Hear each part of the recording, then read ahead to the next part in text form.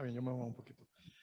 La verdad es que las gracias a ustedes, a los organizadores del evento, por la oportunidad que nos dan de compartir este tema. Vamos a hablar hoy de diverticulitis del lado izquierdo específicamente y su espectro evitando lo de la cirugía.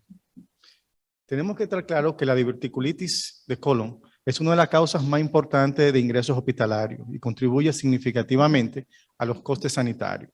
En Estados Unidos, la diverticulitis aguda es la principal indicación de resección de colon en pacientes selectivos y es la tercera enfermedad gastrointestinal más frecuente que requiere hospitalización. ¿Cuándo nosotros vamos a sospechar de una diverticulitis aguda? Primero, cuando el paciente tiene historia de dolor, fosa ilíaca izquierda, sensibilidad al examen físico y en las pruebas de laboratorio vamos a encontrar una leucocitosis. Y esto lo vamos a confirmar a través de una tomografía de abdomen y pelvis con medio de contraste. ¿Por qué vamos a confirmar con una tomografía? Porque primero no va a decir realmente el proceso inflamatorio, qué tal, va a excluir otras complicaciones que se pueden presentar, otras causas como cáncer de colon, y también nos va a decir si esta patología o este proceso inflamatorio está complicado o no está complicado, porque como van a ver más adelante, es fundamental saber esta información para tratar al paciente. Cuando hablamos de diverticulitis no complicada, estamos hablando de que en la tomografía hay ausencia de perforación, no existe obstrucción abdominal, no hay absceso, no hay fístula. Y si ven aquí, nosotros tenemos que estos pacientes, perdón, disculpen, me salió del... para que me ayuden aquí, por favor, que se salió del...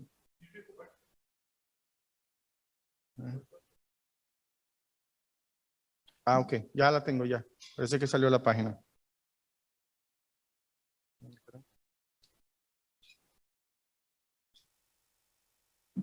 Hacia atrás.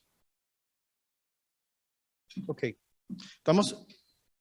perfecto. Entonces, estamos comentando de que la diverticulitis no complicada es aquella que no presenta datos de perforación a nivel de la tomografía, ni obstrucción, no presenta absceso y no tiene fistulación. Estos pacientes pueden ser recuperados y tratados ambulatoriamente en un 70 a un 100% de los pacientes, sin la necesidad de cirugía. Es fundamental a la hora de nosotros tener o evaluar un paciente con una diverticulitis 3 aspectos importantes. Primero, historia clínica, el examen físico y la tomografía.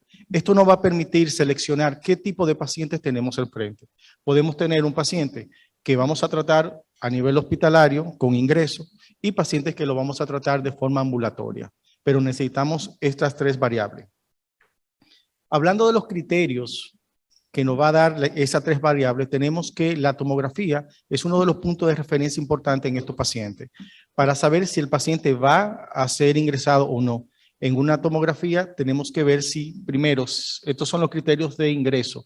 Un paciente que tenga una complicación en la tomografía, ya sea que tenga una perforación, que tenga absceso o que tenga algún dato de obstrucción intestinal. Pero vamos también a tener un paciente que va a tener criterio de ingreso sin tener estas complicaciones. ¿Y cuáles son estos pacientes? Cuando salimos con tomografía completamente sin complicación, vamos a tener que estos pacientes tienen datos de sepsis y síndrome de respuesta inflamatoria sistémica. Aquí está lo de la temperatura, frecuencia cardíaca, frecuencia respiratoria y la PCR también, que es un valor importante de proceso inflamatorio. Y el dolor abdominal. Otros elementos que tenemos que tomar en cuenta a la hora de saber si el paciente va a ingresar o no es el dolor intenso, microperforaciones, edad mayor de 70 años, alguna comorbilidad, un paciente inmunosupresor o aquellos pacientes que no toleren dieta y sobre todo aquellos pacientes que han sido tratados ambulatoriamente, no mejoran, son pacientes que tienen que ingresarse. Los criterios de tratamiento ambulatorio, eso es simple y sencillamente aquellos que no presentan los datos anteriormente descritos. Estos pacientes perfectamente lo podemos tratar de forma ambulatoria, como controlando el dolor abdominal, dieta líquida. El paciente debe ser evolucionado cada 2 a 3 días después de la evolución inicial y luego se le da un proceso de seguimiento semanalmente. No está indicado repetir estudio de imagen si este paciente tiene una evolución favorable. Y los pacientes que fracasan a este tratamiento conservador ambulatorio deben de ser ingresados. Ahora, no estoy mencionando antibióticos.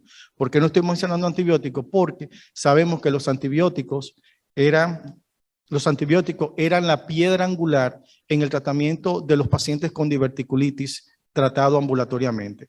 Los resultados de esto eran bajo estudios retrospectivos y con experiencia clínica en lugar de evidencia de alta calidad.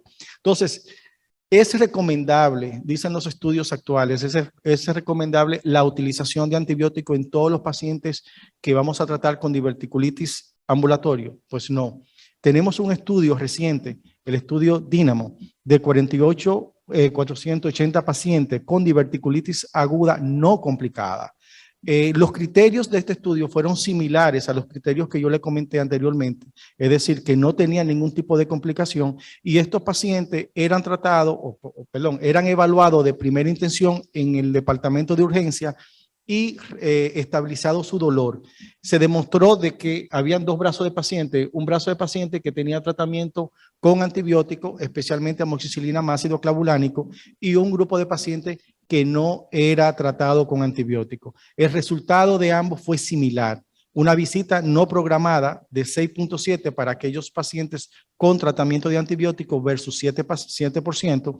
Y aquí hubo una diferenciación significativa y fue que en los pacientes que recibieron antibiótico, la tasa de hospitalización fue mayor de un 6% versus aquellos pacientes que no recibieron tratamiento con antibiótico de forma ambulatoria, un 3%. En este estudio, los criterios de selección de los pacientes fue similar a lo que le comenté de pacientes hospitalarios y pacientes egresados o tratados ambulatoriamente. Y estos pacientes no tenían datos de diverticulitis complicada y no tenían tampoco enfermedad mórbida establecida. Entonces, ¿qué dice el resumen de estos estudios? Que podemos tratar este tipo de pacientes sin complicaciones con control solamente de dolor y dieta líquida. Ojo, no todos los pacientes, y esto es importante, no todos los pacientes que nosotros tratamos ambulatoriamente no tienen una tomografía positiva o no tienen datos importantes. Muchas veces lo que trabajamos en hospitales podemos valorar un paciente en emergencia, pero no tenemos cama. O puede ser que un paciente tenga todos los datos negativos de una complicación, pero el paciente tiene 70 años, el paciente es hipertenso, el paciente es diabético. Entonces, en este grupo de pacientes sí está medicado tratarlo con antibiótico. En los casos que esta conducta conservadora ambulatoria fracase, entonces está indicado ingresar al paciente y dar antibiótico. Estas recomendaciones han sido avaladas por las diferentes sociedades que están observándose aquí y todos dicen que tenemos que seleccionar los pacientes a la hora de dar antibióticos. Anteriormente le dábamos antibióticos a todos los pacientes. En cuanto a la dieta, siempre hay un tema de discusión. Lo que se está recomendando es iniciar con dieta líquida y a medida que el paciente se va evolucionando cada 2 a 3 días, entonces se puede ir aumentando el espesor de la dieta. Si tratamos a un paciente de forma conservadora, sin antibiótico, con dieta, manejo del dolor, tenemos dos opciones. Vamos a evaluar siempre el paciente cada 2 a 3 días y luego semanalmente. Tenemos dos opciones, o el paciente va a mejorar o el paciente no va a mejorar. Si el paciente va a presentar una mejoría, ¿qué vamos a hacer? Y si el paciente no presenta, ¿qué vamos a hacer? Si el paciente presenta una mejoría, ya con este paciente no tenemos que repetir la tomografía, ya el paciente puede ser egresado, puede ser dado de alta, pero aquí hay un dato importante y es que independientemente de la evolución del paciente, tiene que hacerse una colonoscopía de 6 a 8 semanas, a menos que no tenga una colonoscopía un año antes. Van a ver más adelante las tasas de relación de diverticulitis con el cáncer de colon. Y en los pacientes que no mejoran, a los 2 a 3 días de la evaluación inicial, se va se va a decidir el ingreso hospitalario y con este paciente sí vamos a proceder a hacerle una tomografía de nuevo. ¿Por qué se va a hacer una tomografía? Para evaluar si es que tenemos una complicación de la diverticulitis o cuál es la razón de no mejorar con el tratamiento conservador. Cuando decidimos ingresar a un paciente, tenemos que tener en mente dos opciones o dos datos. Estamos frente a un paciente que tiene una diverticulitis complicada o es un paciente que tiene una diverticulitis no complicada. Aquí vamos a hablar de la diverticulitis no complicada. ¿Por qué? Porque cuando tenemos un paciente con una diverticulitis complicada, ya sea un absceso, ya sea una perforación, tenemos que tratar primero la complicación y luego entonces tenemos que focalizarnos en el proceso inflamatorio. Por tanto, como no vamos a hablar de procedimiento quirúrgico ni de drenaje percutáneo, drenaje quirúrgico, nos vamos a concentrar en pacientes sin complicación. Estos pacientes que se ingresan, vamos a tener el protocolo inicial, que es dieta, líquido, analgésico y antibióticos. Vamos a hablar de cada uno. La dieta va a depender de la condición del paciente. Nosotros podemos tener una condición de un paciente crítico y en ese caso tenemos que suspender completamente la vía oral, o podemos tener un paciente estable y en ese caso podemos comenzar con dieta líquida. Las evaluaciones se han fijado que habla de 2 a 3 días. Tenemos que reevaluar ese paciente y tomar una decisión cada 2 a 3 días para ver y aumentar, ya sea cambio de tratamiento o aumento en la dieta. Y los pacientes que continúan mejorando satisfactoriamente son pacientes que deben de ser dados de alta, y de nuevo no hay ninguna necesidad cuando un paciente evoluciona satisfactoriamente de tener que hacer una tomografía. Aquellos pacientes que van con una evolución tórpida son los pacientes entonces que tienen que ser reevaluados y con la posibilidad de ser llevados a cirugía. Una vez estos pacientes son dados de alta en condiciones estables, tienen que terminar un ciclo de antibióticos de 14 días aproximadamente. Los líquidos que se recomiendan son lactato en Ringer o solución salina. Todo va a depender del grado de deshidratación del paciente, y el dolor lo vamos a manejar con analgésicos endovenosos, ya sea paracetamol, ketoconazol, morfina en algunos casos. El uso de antibióticos en pacientes ingresados está avalado. Y le voy a presentar varios estudios más adelante. Lo que vamos a iniciar es con darle tratamiento a pacientes específicamente por infección de bacilos gram negativos o organismos anaerobios. Si el paciente ha sido tratado con algún drenaje, entonces vamos a pensar en organismos nosocomiales, o si es un paciente que está ingresado y durante el ingreso presenta una diverticulitis, entonces debe ser o debe pensarse que es por organismos nosocomiales. Y si se realizó un cultivo durante el procedimiento por una complicación, tenemos que dar el tratamiento según los resultados del cultivo. No sé si se puede observar bien. Estas son la lista de antibióticos, pero eso lo conocemos bastante. Está la piperacilina, están los medicamentos como la Ciproc, más metronidazol, la levofloxacina, y eso ya son los mismos antibióticos que conocemos desde antes. ¿Qué ocurre? Tenemos dos estudios que son muy cuestionados, sí, chocan sus resultados. ¿Por qué? Porque en este estudio que le estoy presentando, un estudio sueco, Abbott, de 623 pacientes, no hubo ninguna ventaja significativa al utilizar antibióticos en pacientes hospitalizados. Lo único que señala es que de ese estudio, 10 pacientes que estaban siendo tratados en el brazo de no antibiótico, tuvo que ser pasado al brazo de antibiótico porque la PCR aumentó.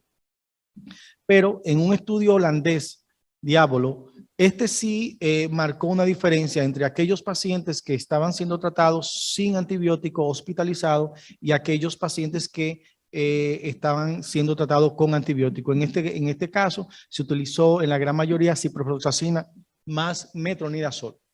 Y aquí sí hubo una justificación para dar antibióticos a los pacientes. Por tanto, en la conclusión de esos estudios, sugieren que todos los pacientes que son ingresados por una diverticulitis deben de ser tratados con antibióticos, porque los pacientes no solamente tienen usualmente un proceso inflamatorio, sino que tienen una enfermedad grave o que tienen una enfermedad comórbida grave concomitante.